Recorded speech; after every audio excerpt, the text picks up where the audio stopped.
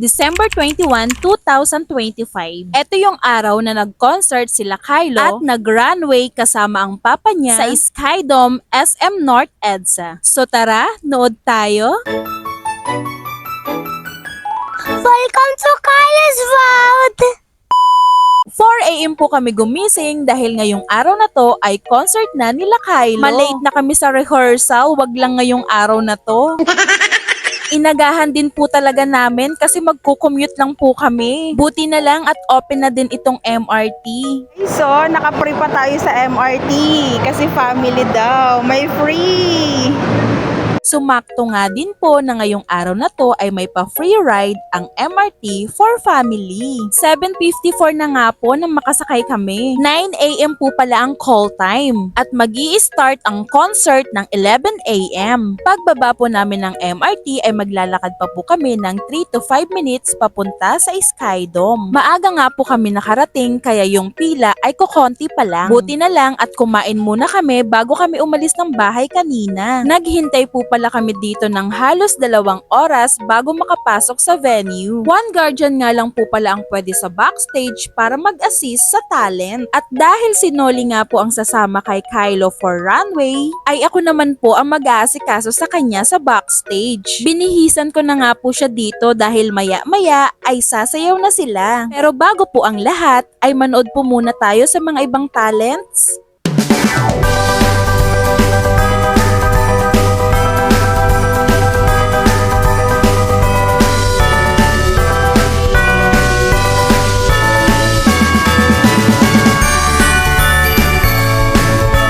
After nga po ng mga ilang performance ay sila Kylo na ang susunod. Sorry na po agad kasi hindi ko mapapakita dito yung full video ng performance nila due to, alam nyo na.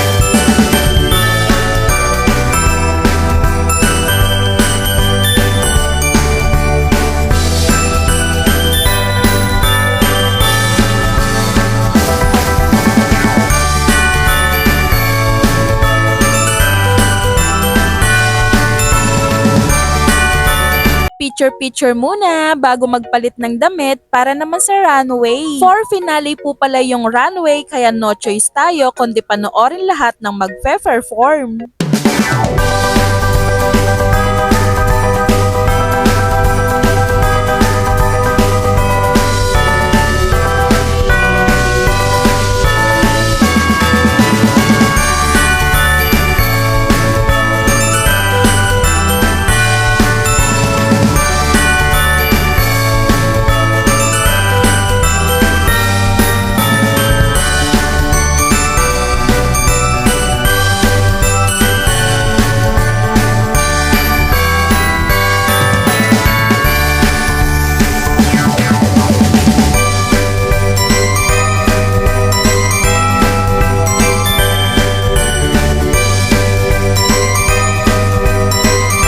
Fairness sa mga batang to, ang cute at ang gagaling nila. Magandang experience po talaga to sa mga bata, lalo na sa mga talented naman talaga. Ready na po palang mag-ama ko para sa runway. Headdress Affair!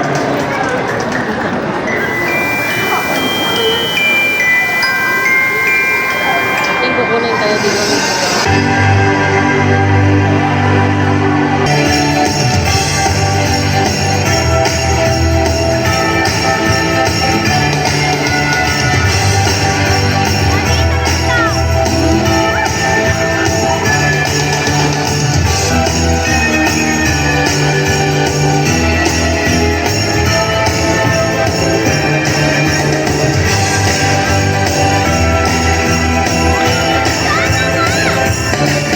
Maraming salamat po, Fire Talent Academy. Nang dahil po sa inyo, na-experience lahat to ni Kylo. Paniguradong hindi po niya ito makakalimutan. Thank you for watching.